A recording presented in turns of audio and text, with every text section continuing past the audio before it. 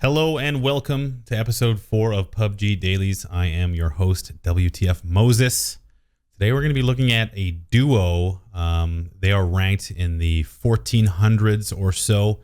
So this is going to be the first time we look at a duos match. As always, if you would like to submit to PUBG Dailies, you can follow the Google form down below in the description and take a look for that and send in a replay. And then you too could potentially have your gameplay reviewed. You can follow my live gameplay on twitch.tv/wtfmoses, and don't forget to follow me on Twitter at wtfmoses for the go live notifications for the YouTube channel. You can also subscribe to me on YouTube, all that good stuff. Anyway, so let's jump right into it. We are on Erangel, and we are going to be taking a look at sillyrock and his duo partner. So waited fairly long in the plane path, but appear to be headed over to Novo. So just looking around, there are several teams here.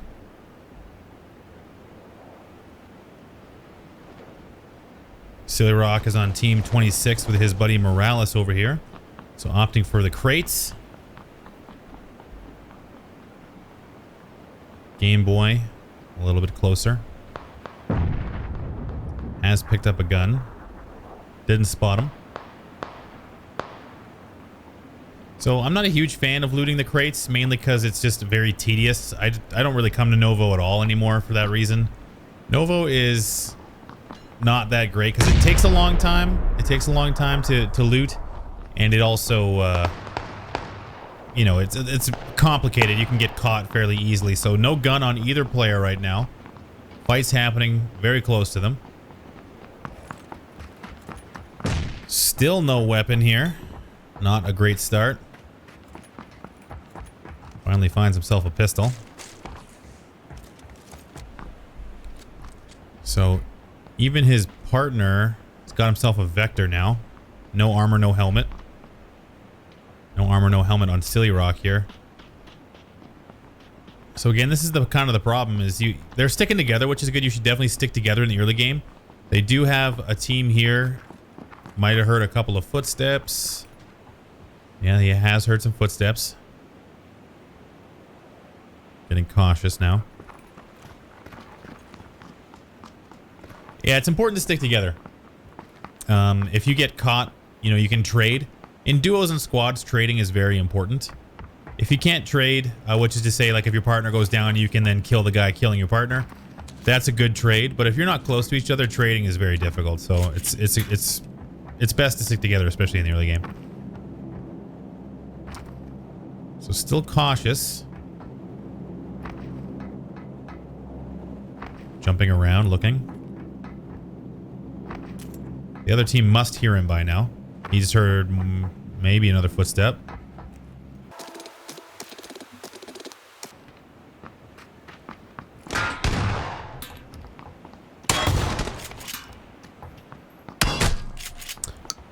Okay. Okay, hold on a second. So this guy killed his teammate, and then our friend here, sillyrock, killed the guy who killed his teammate. So a little bit of a bonus there, not having to do the legwork himself. So sillyrock now probably calling to his teammate, which has wandered off somewhere. I don't even know where he is. I have no idea where his teammate got to. Oh, he's up here. Okay, there he is. Chilling up here, providing Overwatch. I like it. Not a huge fan of this. He's just chilling up here. You know, if someone jumps out over on the crates or over here, hearing those shots, even these guys down here, if they spot him up there, even still, like, what's the Vector going to do way up here? He might be able to land a couple of shots, but the Vector's so poor at long range that he could get caught out relatively easily. So he can see the other team right now. I don't know what his game plan is. Don't do it. Oh, maybe. They're close enough that he could engage. Yeah, and you can see here, basically one shot landing between two of them. There we go. So the Vector does do work when the guy stands right underneath you and doesn't move. Nice. Okay, well, I take it all back. The Vector doing a good job there. Landing 2 more kills. So they do have access to a bunch of loot now. At least the ability to get some stuff going. Maybe an AR between the two of them. They are in the zone as well. It's a military circle, so this is a lucky break for them.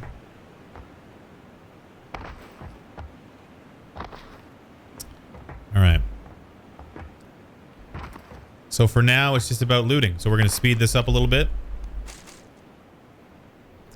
Which is just a lucky break. I don't know how they haven't seen each other yet. He's got to hear him. Or not.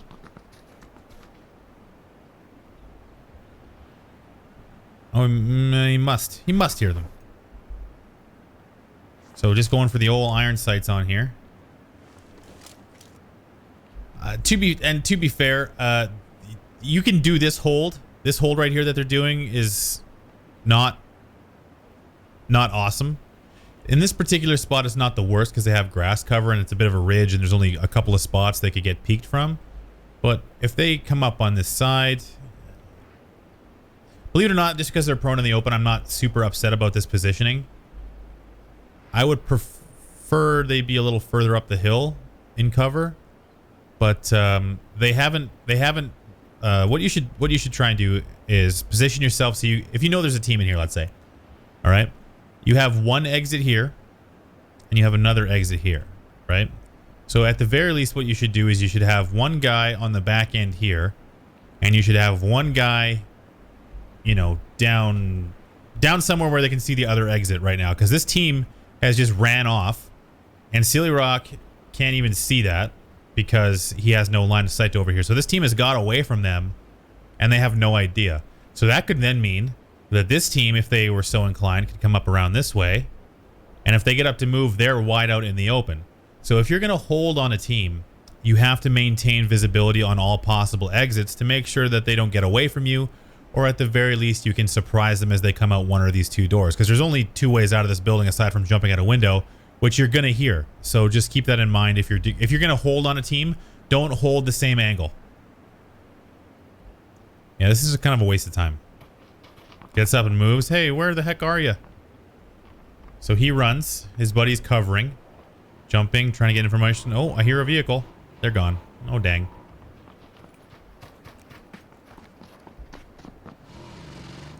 Oh, I hear that vehicle again. Oh, they messed up. All right. Well, they eventually pick up an easy kill there. The three-seater strikes again. So that's another couple of players worth of loot that they're going to be able to pick up. He still doesn't have a level 2 helmet, and this guy shot this one, so unfortunate there, but might be able to pick himself up another one anyway. Got himself a Car 98, so the gear is continuing to get better. Nice suppressed Car 98. They both have snipers now. And I believe we should be able to speed this up again, so we will rejoin our friends a little bit later. So they've decided to hold the edge here. Ooh, who do we have here? Vis Games and Smack. All right, interesting. So they're holding on the edge here. I don't know if they're trying to set up a bridge camp or what. Like, it kind of looks like what they're up to.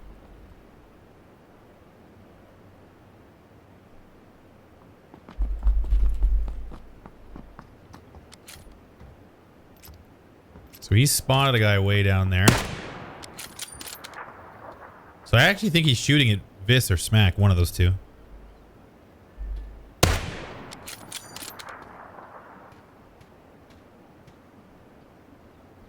So good hold here. I kind of like this building better. You can actually open this door and get almost the same angle. Like, you can kind of look this way. I like this angle a little bit better because it gives you some more flexibility. But ultimately, all of these are okay. Let's actually fly down here and see what Vis and... Who was it again? Vis and Smack are up to? Ooh, Smack is actually down.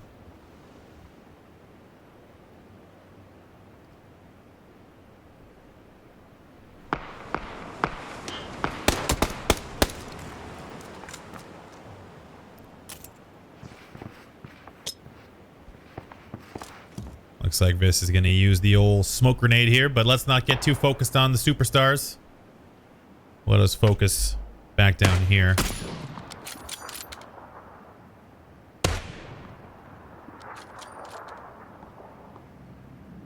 Alright, so these guys are just kind of inclined to hold this bridge. Not a huge fan of this position. There's so many better spots you can use. I mean, they gotta, like this spot right here, like I was mentioning, this, open this door outwards or inwards, whatever you want to do, and then hold this angle right here, because you can lean out and see all the way down the bridge without exposing yourself everywhere.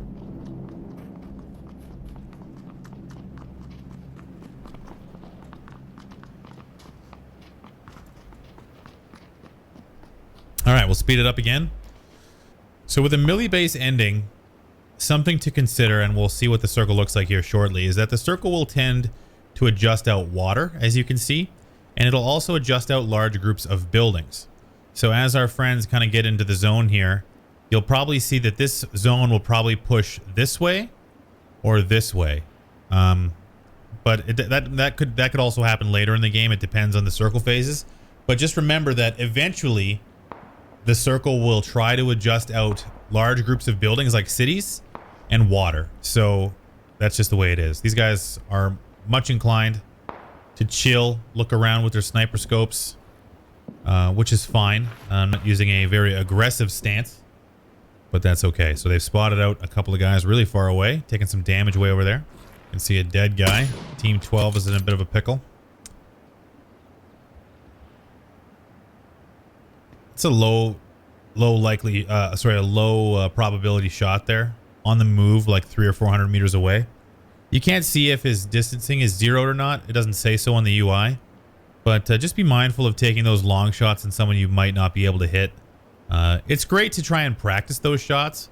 But in a team environment, if you're trying to win, just wait until he stands still for you. There you go. Lands a nice long shot there. Another follow-up shot from the partner. Misses the third, unfortunately. Oh, that's a good one. Nice shot, sillyrock. I liked it. He had already taken 2 shots, so that last one was important. But nice shooting there. So a lot of this land has actually been adjusted out, so we will probably see a circle ending in this area, which is a tough circle if you don't have a good spot. So this fence is very popular, but also coming into the rocks, etc. will be good as well. But they do have a team holding the zone on them here. We have 8 teams remaining. 1, 2, 3, 4, 5, like 6 of which are represented here. So there might be some. Oh, there's some over here as well. So most teams represented now as Morales and sillyrock get further in here. Speed it up just a little bit. So nothing really happening just yet. This guy's like sillyrock's gear is not great right now. I don't know why he still manages to have level 1 vest and helmet. I would like to see a little bit more motion out of these 2 guys. He's just standing still. I didn't accidentally pause it, did I? No, they were actually standing that still. So just chilling here on the top of this rock. You don't look that similar to a rock, so just be mindful. Try and scan behind you too. Like the zone's closing behind. Well, never mind. That's pretty close. But try and enhance your vision. You know, look around, making sure that you're not missing anybody or anything like that. Looking where players would be coming, the fence line, the rocks, ridges around you, this hill up here. Really silhouetting themselves, but it looks like... oh man, so I've been completely wrong. The circle is like right in the military base now. So these guys below them, I think, can hear the movement here. So Vis and Smack are overkilling other people. So Team 35 back in that other bunker just didn't do anything. Just let them run right past. So there's a minute left remaining. So these teams on the edge are going to have a bit of a rough go getting into the circle. But so they can hear that for sure.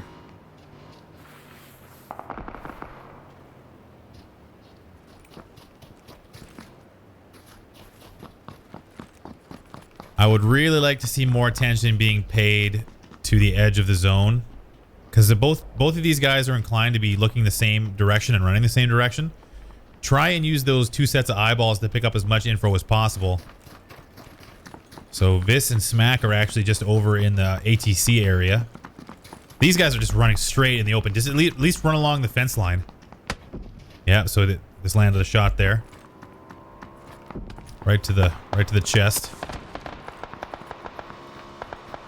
Now Vis and Smack are engaging that vehicle that they heard before. So all sorts of action happening here. Nothing landed.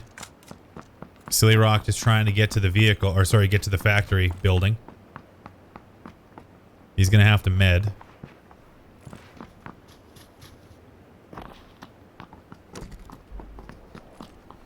All right, so they have... Ooh, good reaction. I was gonna say they have a team like right next to them. Sorry, I kind of missed that. I'll go back to it shortly here.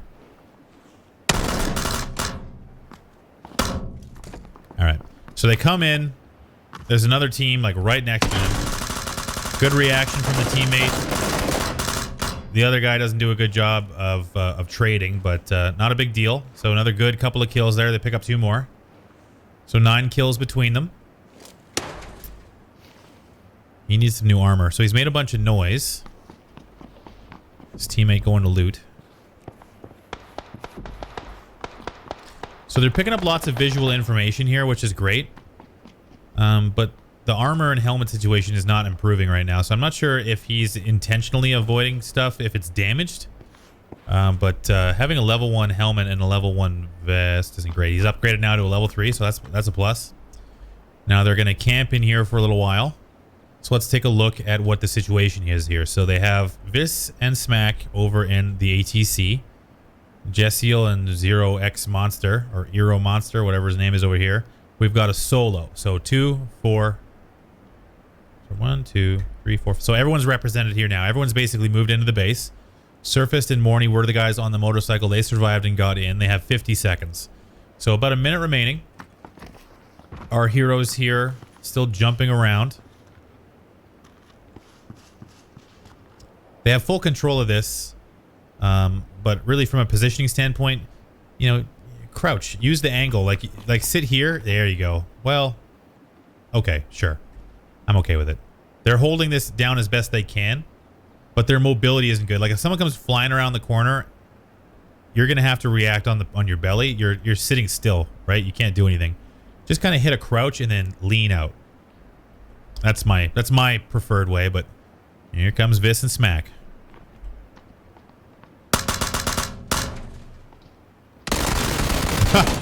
And they melt one. And then looks like Vis goes down. So sillyrock finishes Vis. Smack injured.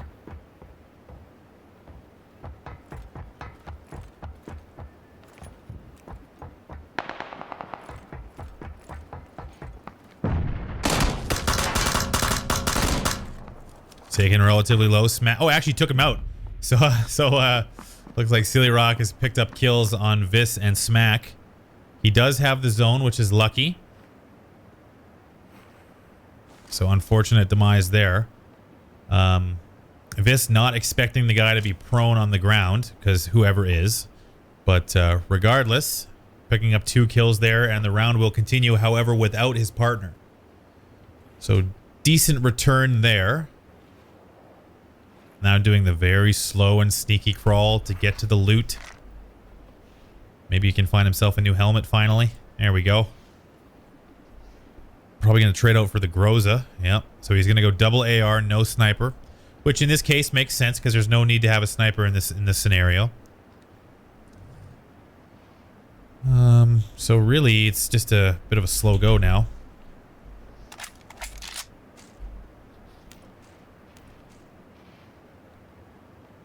Looting, looting, looting. Nice and geared now.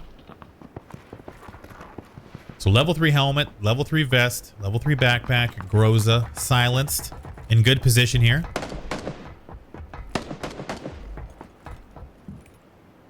I would like to see the lean key used more than the prone key, but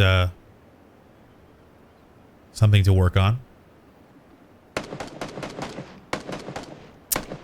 Yeah, there's no need to be prone in this kind of situation. Just lean out. That way you can duck easily. Because if someone comes around here and there's 2, you get double peeked. Oh, there. He's listening to me. So we can hear those shots happening. Lucky 907 on the ropes. So he's playing very cautiously. Got the zone again.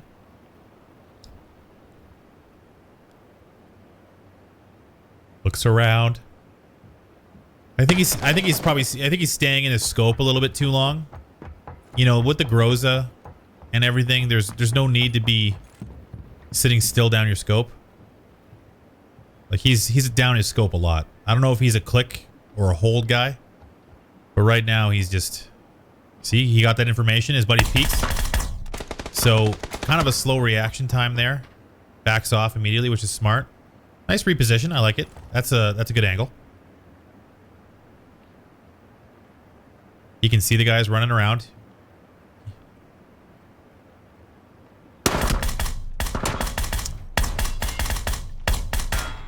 So something to note. All right, oh, sorry, I went a little bit too here.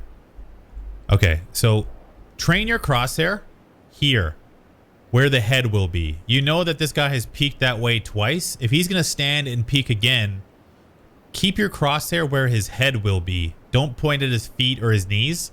Point it like center mass or upper body, and let the Groza pull itself up to his head. Because if you can land 1 or 2 shots and then a headshot, the Groza is going to down him no matter what. And then the guy over here, Zero Monster, has to make a play.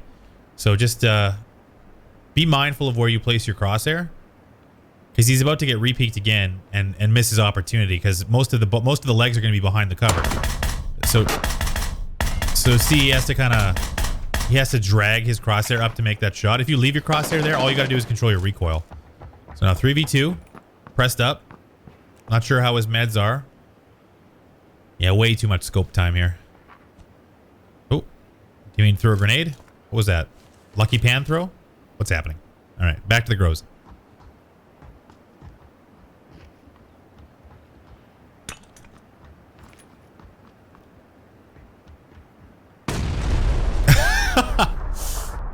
Okay. So because he was down his scope for so long, he didn't actually see where that nade landed. Like, that nade landed right next to him. They actually botched the throw.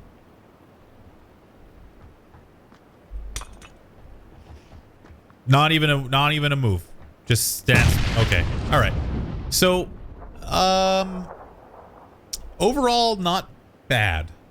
I don't think that this round was particularly interesting because most of it was just kind of reacting to what was handed to them.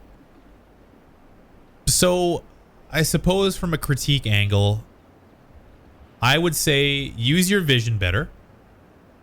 Utilize your positioning with your partner a little bit better in the sense that try to maintain like multiple angles of cover, which they did towards the end, but the way they were managing that position was, you know, one's prone one way, one's prone the other. They don't give themselves a lot of mobility. And from an individual standpoint, certainly use less time down the scope, stay more mobile, and try to you know, react a little bit better and use some sense as to if someone behaves one way, like this guy peeking at him from this angle over here.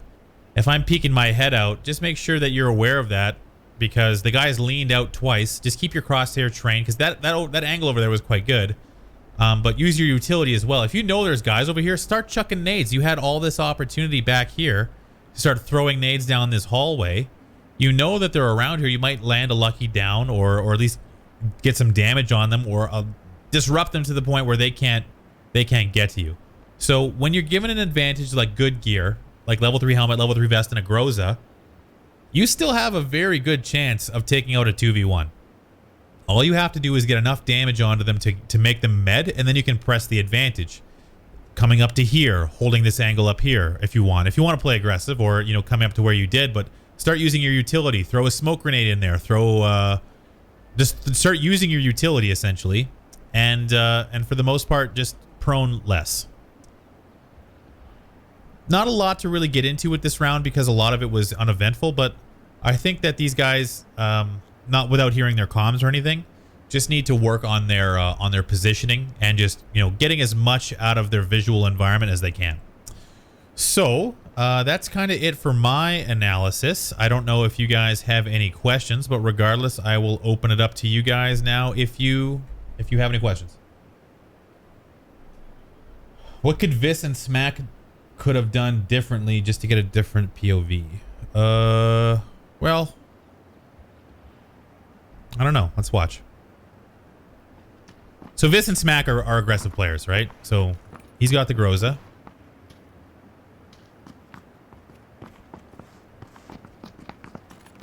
They're checking their angles, making sure that there's... So they handled that well. I think the only thing that I would have done differently is not gone for the immediate... Like, Vis went for the immediate loot there. I think if I were to say one thing about that is if you down and kill a guy right here, going for a loot, unless he was really down on meds or something, which I don't think he was, is, yeah, probably don't go for that loot so quickly. Like that's, if I want to point out one thing that they do quite well, is the double peek. So Vis takes fire right here. Okay, there's a guy right there. Smack immediately comes to support. I'll slow it down here. And they both peek at the same time. This is how you trade, because really, if Smack goes down here, and look how, and this is something you see all the time. Look how small of a target he is. He's leaned out, looking over here. Like, if Morales happens to down Smack, Vis immediately trades. But I think where it went wrong is where Vis came over to loot right away. Finishes it. He can hear the footsteps, but goes down and dies here. So, and then as far as Smack is concerned, I think it was just a bad trade, because he comes along. I think Smack meds. Yeah, he meds right away. Smart. But he just comes like super aggro. I can't really fault Smack for his positioning, because he was just in the middle of meds. He hears the footsteps and gets ready to deal with him as he comes. He's got the M16, which is a good weapon to trade with, because it has a very fast burst fire. Let's slow it down a little bit. Oh, that's not what I wanted at all. So he jumps across, maybe not expecting the jump.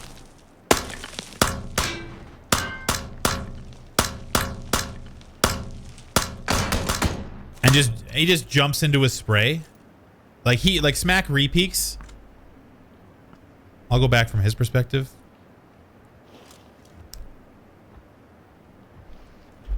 So he hears the footsteps coming, gets his boost done.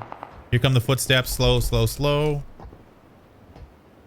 So he makes a nice little angle here. I have no issue with the angle. But the guy just jumps across, like. And then I think he repeaks into a headshot. So that's just, I can't really fault him at all, really, to be honest. He didn't really do anything wrong, I don't think. He repeaks into an angle that, you know, might have been a little bit difficult to contend with, but this guy just kind of jumped super aggro, held a full auto spray at head level, and then Smack peeked into it. But yeah, that's kind of it. I don't think they did anything wrong other than Vis maybe briefly stopping to loot, but or something. I don't know what happened here. I have no idea, but it looked like he went to loot, or maybe some lag or something. I have no idea. So, all right. Well, I think that's it for today. Again, you can follow me on Twitter at wtfmoses and on Twitch at twitch.tv/wtfmoses. I'll be back tomorrow for another one of these. But yeah, that's it for today, guys. Thanks for tuning in, and until next time, I'll see you out there.